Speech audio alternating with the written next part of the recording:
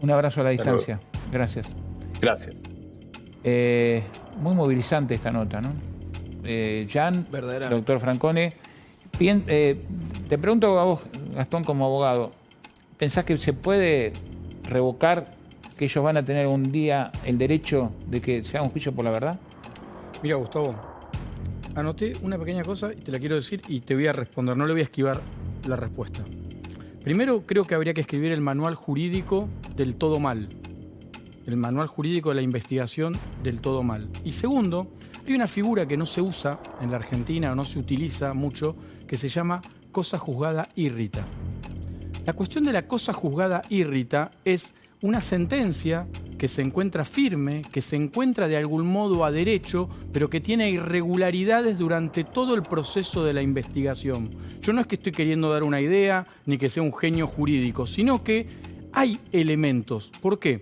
Porque realmente, más allá del jury, y más allá de que los condenen en el jury, no hay justicia, porque el delito inicial no es el incumplimiento de los deberes de funcionario público, el delito inicial es un homicidio.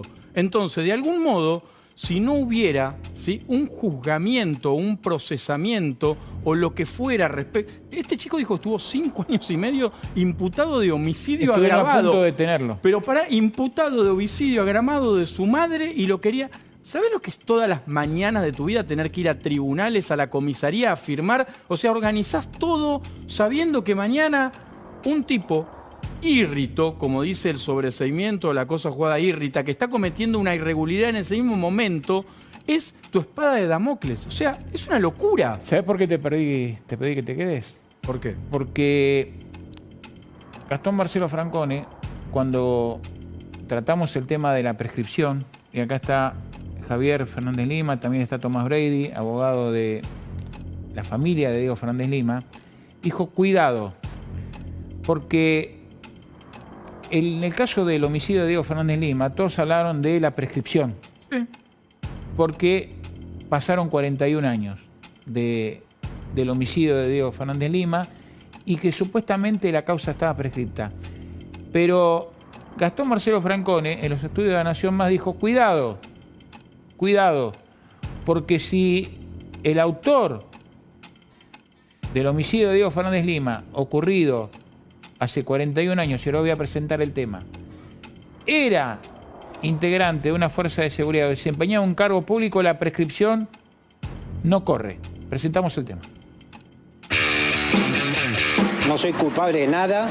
Ustedes saben que todo lo que yo soy, y bueno, por eso el juez dictó sobreseimiento. La Cámara Criminal y Correccional porteña anuló el sobreseimiento de Cristian Graf. Sabemos quién es. Sabemos que lo asesinaron. El principal sospechoso es su vecino y compañero de colegio. Diego Fernández Lima desaparece el 16 de julio de 1984, se va de su casa en Villa Urquiza, le dice a su madre que va a ver un amigo y nunca más aparece. Encontraron los huesos. ¿Se acuerdan en la casa donde estaba Cerati? Sí. Se detuvo en principio a Cristian Graf. Esa segunda fila de maderas al lado de la pileta, ahí es donde encontraron el cuerpo. A la derecha. A la izquierda de la pantalla. A la izquierda, A la izquierda de la pantalla. Casualidad, causalidad, no sabemos por qué. ¿Cómo llegó Diego ahí? No sé, la verdad no sé. Este lunes, Cristian Graf se tenía que presentar para que le firmen, le digan, se extinguió la acción penal. Se cerró la investigación. Indirectamente la Sala 4, Gustavo, ayer comunicó que esto no debe ser así y que se debe investigar el delito precedente. Porque, ¿qué es lo que dicen los 3 jueces de la Sala 4? ¿Cómo vamos a cerrar una investigación? ¿Por un presunto encubrimiento? Si no sabemos qué sucedió antes, que es el homicidio. Yo no sé si vamos a, en definitiva, a saber a ciencia cierta qué fue lo que pasó, pero por lo pronto dar un poco más de precisiones a la familia me parece que la el intento vale la pena, me parece. Esto va a terminar en una serie, olvídate. ¿Vos crees eso? Sí, sí. Yo ya estaría yendo a ver a la familia a decirle cuánto quieren, yo voy a hacer esta serie. Vamos a Jan Libares ahí trabajando, siguiendo a este hombre, a Cristian Graf, Jan, sí, que es el Su familia es dueña de la casa donde encontraron a Diego. Le agradezco a Javier, hermano de Diego. Y el otro día terminamos el programa y Jean Olivares daba el anticipo, la información urgente de que se había revocado el sobreseimiento de Norberto Christian Graf. Y además, en la letra, en la parte resolutiva, no estaba incluido esto, que los jueces Lucini, Rodríguez Varela y Hernán Martín López pidieron que no se declare la prescripción en abstracto, como pasó, como están pidiendo los familiares de Nora Dalmazo, y como ahora dijo un camarista. ¿Cómo recibió tu familia, cómo recibiste vos la noticia? Buenas tardes. Buenas tardes, gracias por estar. No, y al doctor Brady también, y a Pablo Suárez Lima, que nos va a ilustrar un poco sobre cómo se puede investigar un homicidio después de 40 años. Bueno, no, dentro de tanto dolor, tanta incertidumbre, muchos años, yo estaba medio ya cuando habían dicho, dictado el sobreseimiento, como resignado, como que a Diego lo volvieron a matar, lo volvieron a enterrar, y esto fue... ¿Vos tuviste la misma sensación? ¿Estabas escuchando la nota de Facundo? No, yo estaba escuchando a Facu Macarroni y se me pone la piel de gallina porque siento exactamente lo mismo que él. Esto no es una cuestión de venganza, esto es por justicia por Diego, y para que nadie más sufra esto que estamos sufriendo, tanto él como yo. Lo escuchaba y es terrible, pero bueno. ¿Qué sentías? Cuando hablaba Facundo, escalofríos, y sentía lo mismo que... ¿Te sentías identificado con él? 100%. ¿Qué edad tenías vos cuando mataron a tu hermano? 10 años. O sea, toda tu vida entera es esto. Yo crecí con esto, con este hueco acá en el alma, en el corazón. Vos sabés que la resolución que anuló es una resolución histórica. Primero, que el 99... Yo agradezco que Gustavo haya dicho lo que... Porque si me trajo es por la memoria de que lo haya dicho yo en su momento. Dije, ojo, porque cuando vos no tenés un autor, vos no sabés quién es el autor. Entonces hay un pronunciamiento en abstracto. Pero a ver, es tirar una piedra en el mar, porque normalmente es un delito prescripto. Para todo el mundo es prescripto. ¿Y entonces, Javier? Sí, bueno, gracias a Tomás. A Tomás Brady, el doctor Hugo Wormo Jofré, que son maravillosos. Agradecerle por estar hoy acá, es impresionante. Y fue como un faro de esperanza, fue todo por Diego, ¿no? Tengo el apoyo de todo el país, de toda Latinoamérica, de mucha gente de todas partes del mundo, y como siempre digo, la justicia nos escuchó y vamos a hacer fuerza para que siga adelante. Y además el momento en el que ocurre. Porque 2 semanas antes, ustedes habían inhumado a tu hermano. Sí. Una semana. Una semana antes, sí. Yo pude recuperar los restos de Diego y bueno, despedirlo, pobre, como se me decía, y lo llevamos a Chacarita. Y después el miércoles fuimos a la Cámara y el viernes los 3 jueces dictaron lo que ya todos sabemos, ¿no? Tomás, doctor Brady, ¿cómo sigue la causa ahora? Muy buenas tardes, muchas gracias por la invitación. Creo que son excesivas las palabras de Javier en cuanto al agradecimiento. Y en cuanto a cómo sigue, ahora estamos en plena etapa investigativa. Creo que... O sea, a ver, la Cámara dice, vuelva al juez de Acuo, o sea, al juez Alejandro Litvak, y que se investigue. Exactamente. En realidad, Litvak, una vez que lo recibió, lo delegó por 196, le delegó a la Fiscalía nuevamente. Yo creo que tenemos que hacer un análisis de aquellas medidas que inicialmente solicitamos, que por ahí inicialmente se denegaron. Como por ejemplo, pedimos un socioambiental respecto de la familia. Los primeros artículos del Código Penal nos permiten de alguna manera saber cómo estaba integrada. Es fundamental para que de alguna manera sepamos cómo... ¿No hice un informe? En la causa de cómo estaba... No, lo que se fueron agregando a lo largo del expediente es algunas actas vinculadas a los matrimonios y demás, de las cuales podemos extraer que el padre aparentemente era comerciante de Christian Graf, la madre educadora, maestra, pero no sabemos mucho más. Que eso era un poco lo que fuimos a reclamar a la Cámara al momento de la audiencia, porque si la madre era educadora y en aquel entonces estaba ejerciendo, podríamos ir a un registro, eventualmente, así como lo hicimos se hizo con el caso de Christian, y ver si efectivamente esa semana estuvo en Buenos Aires, no estuvo en Buenos Aires. Inicialmente se hablaba de que era periodo estival, digamos, de vacaciones, de invierno, que por ahí no estaban. Que fue el 16 de julio de 1984. 26 de julio. Sí, pero hay constancias dentro del expediente que 2 días antes se presentó Cristian en el colegio a rendir un examen que le fue mal, lo cual él estaba en ese momento viviendo en esa casa. Además, insisto, es fundamental reconstruir los antecedentes laborales de cada uno de las familias, porque sabiendo, por ejemplo, si el padre era comerciante, era empleado, nuevamente saber qué tipo de registros.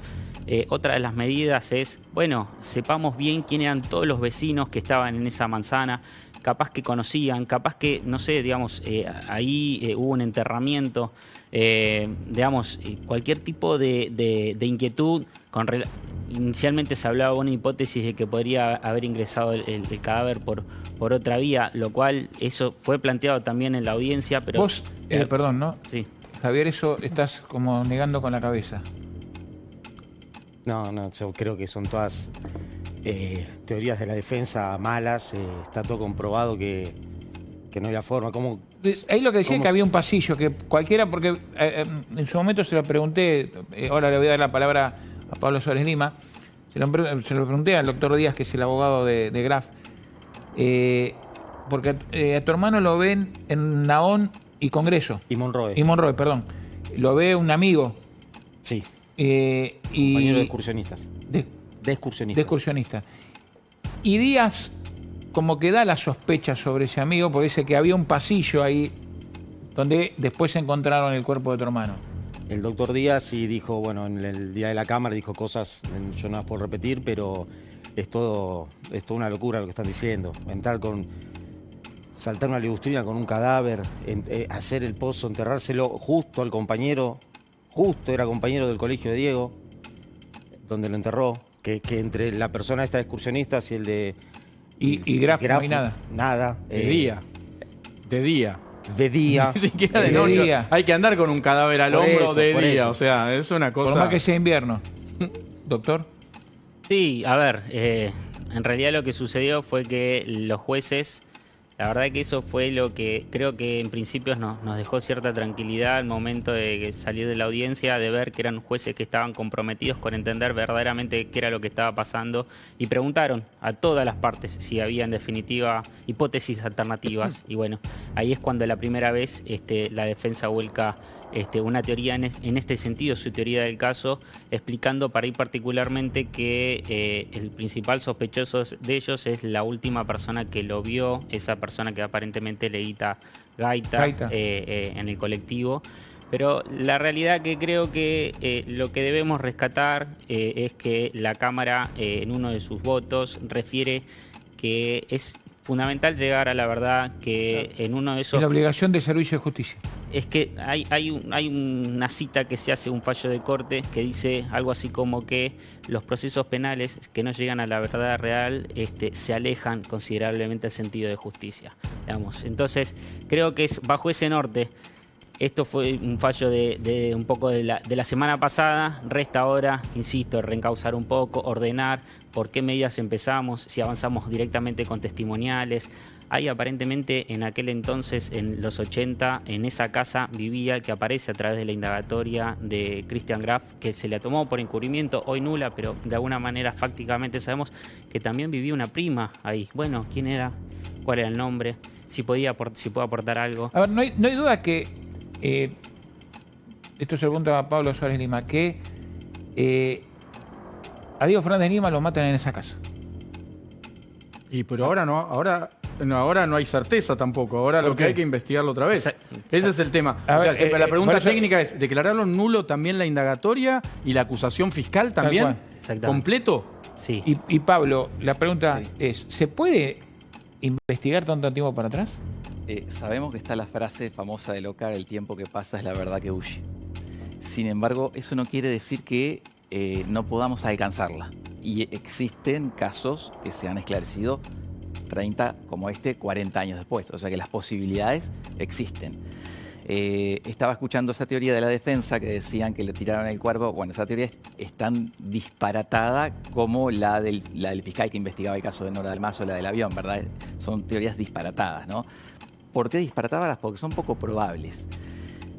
A mí me parece que aquí es muy importante en esta investigación centrarse en tratar de responder dos preguntas. Sabemos qué pasó en el homicidio. Las preguntas serían ¿cómo ocurrió? Y la motivación. El cómo ocurrió va a ser es fundamental el análisis de la autopsia. No es lo mismo que haya muerto por un golpe, que haya muerto por apuñalado. No es lo mismo que le hayan golpeado por atrás que por delante. Bueno, esa información es la que se recoge de la autopsia.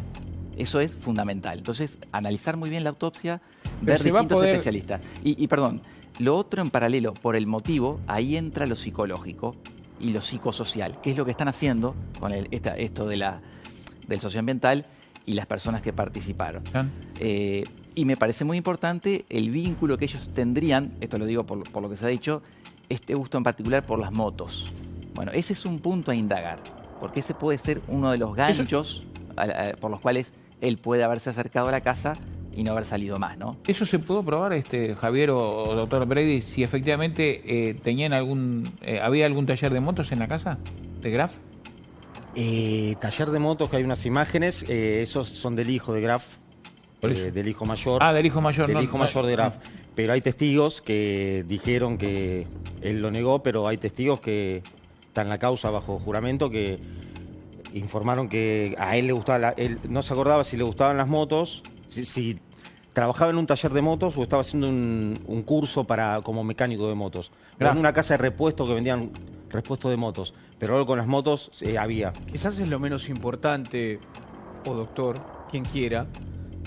¿Pueden ustedes o pudieron reconstruir en este tiempo quizás el motivo de lo que pudo haber sido Graf o el que haya sido la motivación hacia... La teoría del caso de la querella, ¿cuál es? Realmente es muy difícil, porque en ese sentido queremos manejarnos de manera cauta. Porque quizás surgió algo de esa indagatoria de Graf. Información nos llega y variada, pero lo que nosotros queremos es tratar de manejarnos con la seriedad, de tratar de todo lo que decimos respaldarlo con algún elemento de prueba. Entonces, lo que creo que tenemos que poner sobre la mesa por ahora es que al cuerpo, ¿dónde se lo encontró el cuerpo? Que nunca salieron de esa casa, son 40 años como que fueron rotando. Hay un divorcio, no es que de un primer matrimonio del imputado Graf, desconocemos por qué es que se quedó él y no se fue, eventualmente por qué no se quedó la mujer y se fue la mujer. Bueno, creo que sobre eso hay que ir reconstruyendo y ver cuál es el motivo, porque si yo doy una respuesta al móvil me estoy aventurando a algo que después eventualmente el día en el juicio con el autor. Es que es fundamental, pero yo creo que la Cámara lo dice bastante bien en uno de los votos, no podemos pensar que ninguna de esas personas de la familia son ajenos. Es decir, sin poder decir, para bajarlo muy al llano, perdón que lo diga muy burdamente, para bajarlo muy al llano, tienen indicios claros, pero no lo pueden contar. Tienen argumentos sólidos. Pero la defensa en eso, yo soy defensor natural, comete un error grave, porque la defensa dice simplemente, yo sabía que fue mi papá, fui yo, señores, lo maté yo, está prescripto. Se acabó el tema, no hay causa, no hay investigación. O sea, si yo hubiera sido el defensor en su momento, en algún momento, le doy certeza. Lo que dijo, la anulación que logra Tomás, que es excelente en este fallo, es, señores, sin que haya un autor determinado, no sabemos si está prescripto porque puede haber sido un policía y es lesa humanidad. No, y eso iba.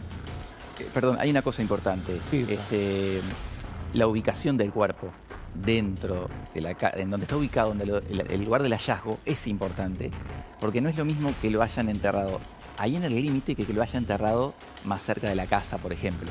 ¿Se entiende? Es decir, lo ubica en el lugar más lejano a donde convive. Y esto puede estar dando la pauta de que quien lo hizo sin la ayuda del resto. Es decir, que el resto de la familia quizás no estaba enterada de eso, ¿no? Lo cual sería mayor secretismo. ¿Por qué voy a esto? Porque si pensamos, tenemos que pensar la edad. Viendo dónde vas, a ver. Tenemos que pensar la edad de la víctima y la edad del presunto victimario, ¿verdad? ¿Tenía la misma edad? 16. Bueno, muy jóvenes. Un chico que no tendría los medios para poder deshacerse del cuerpo tan fácilmente. Cuando tiene el cuerpo, tiene un problema y tiene que resolver ese problema. No lo puede sacar en auto, porque quizás no tenían auto. No lo puede sacar fácilmente. Va a ir por el camino más sencillo. Enterrarlo en el lugar más distante que puede. Justo al límite. Igual Pablo era una familia poderosa de ese momento, ¿no? Ellos dicen un comerciante, era un empresario, los dueños de Cinegraph. Cinegraph fue algo en su momento que fue revolucionario, de hecho no muchas familias lo podían tener, era un aparatito que reproducía las películas que vos tenías y que se vendía como si fueran las videocaseteras anteriores, o sea, no eran gente que no tenía poderío económico o que no podía llamar al jefe de calle de la seccional y decirle, che, tengo un problema, solucionámelo. Sí, dame las 2 de la mañana que voy y te lo entierro. Eso sería bajo la teoría de que la familia se enterase y ahí la familia resolvería el problema pero de hay otra que forma. tener una teoría. Siempre hay una teoría del caso fiscal, una teoría del caso de la defensa y una teoría del caso de la querella. Ellos la tienen, pero evidentemente todavía no quieren avanzar sin tener sustento. Obvio. Pero voy a eso. ¿Qué les dijeron en el colegio? Los amigos, no sé si pudieron, me imagino que cuando se conoció que había pasado con tu hermano Javier, había pasado con Diego. Automáticamente todos llamaron a la fiscalía cuando vieron la foto de Diego, cuando, bueno, que aparecía Gustavo Cerati, que nada que ver, pero fue lo que mantuvo vivo el tema de los Claro, medios. porque fue al lado, sí, lo técnico, pero Gustavo, bueno. Sí. terrible. Y todos los chicos automáticamente llamaron a la fiscalía porque no lo podían creer. Empezaron a escribir en las redes, que ahí dijeron que eran compañeros, éramos todos compañeros, decían. Todos compañeros. Claro, éramos todo el grupo, todo el mismo colegio, el mismo curso. Ahí lo que dice el Graf en su defensa es decir, yo no era integrante de ese grupo. ¿Miente? Sí, miente todo Graf, pero lo están los chicos diciendo, eran 60, en ese colegio no eran pupitres individuales, eran mesas largas, estaban todos juntos siempre. Ayer era eran todas un mesas, banco, digamos. mesas de 4, pero estaban todas así alineadas y estaban todos juntos siempre. Doctor, y de los testimonios de los que se refiere Javier, ¿pudieron incorporarse en la causa? ¿Dan pie del vínculo que describe Javier? Creo hay 3 testimonios, eventualmente se puede avanzar a recopilar más porque el colegio... puede incorporar. Sí, porque el colegio ya acompañó la nómina con los distintos calificaciones y demás, pero por eso yo decía que hay que pensar inicialmente con cuál podríamos arrancar pidiendo y haciendo la ronda de testigos. Pero hay un testigo que, por ejemplo, refiere y recuerda que era una persona que de alguna manera trataba con el imputado y el imputado se lo preguntan expresamente en la indagatoria y él nuevamente dice no recordarlo. Que es un poco uno de los puntos que nosotros resaltamos, porque... Las mentiras. Sí, pero fundamentalmente al momento de la audiencia decir, bueno, si uno que está expuesto, imputado públicamente en un delito como este y ha colmado un poco la opinión pública, si eso no es culpable, trata de, si es inocente, ¿no? Trata de presentar elementos dentro del expediente que lo exculpen. Es verdad, pasó un cierto tiempo y uno tiene un cierto derecho al olvido, pero por lo pronto se preocupa por presentar eso, por facilitar esa evidencia. Simplemente limitarse a decir no recuerdo, diera ser o parecer que es una estrategia más de defensa que otra cosa, ¿no? Está bien, pero bueno, es una mala estrategia de defensa porque la Cámara se la mandó a guardar en forma impecable. Le dijo, señores, esto no puede ser en abstracto. Ahora, cuando tengo certeza, sí puedo sobreseer. No, obviamente a ustedes, a tu hermano y no se los va a devolver nadie con esta cuestión, ni con una sentencia condenatoria se los van a devolver. Pero la realidad es que lo que hay es un precedente hermoso para entender que no todo siempre está prescripto, porque la prescripción es el no derecho, la prescripción es la no justicia. Lo básico de la prescripción es, señores, no es justicia. Y vos no sabés la cantidad de estos de tipos, y lo vamos a ver, que están prófugos esperando solo levantar la mano y decir, acá estoy, ya pasaron 6 años del delito de robo, yo no soy. Porque en el robo son 6 nada más. O sea, esto es porque es homicidio. Pero todo prescribe con la máxima del delito, la máxima pena. Ahora, a eso vos pusiste lo de la prescripción. Si efectivamente se comprobara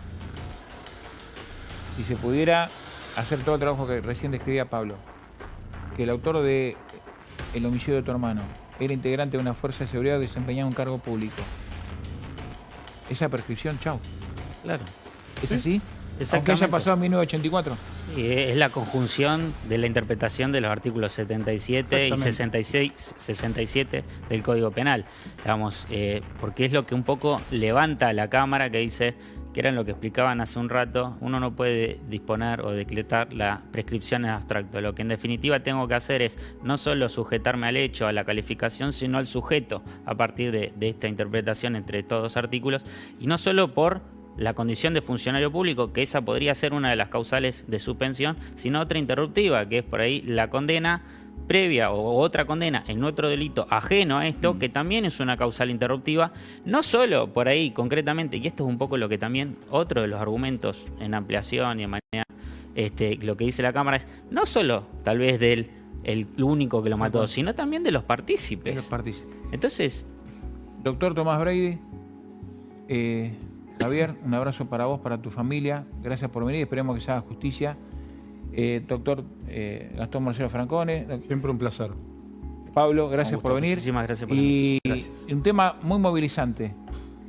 Sí. Quiero, porque acá hay una víctima impresionante que es mi madre, mi querida madre. Quería mandar un saludo a tu mamá. Quiero mandarle, Pochita, te amo con todo mi ser. Hago todo esto por vos, por Tito y por Dieguito. Te amo. Gracias. No, no tenés nada que agradecer. Estamos a disposición. Gracias. De vos.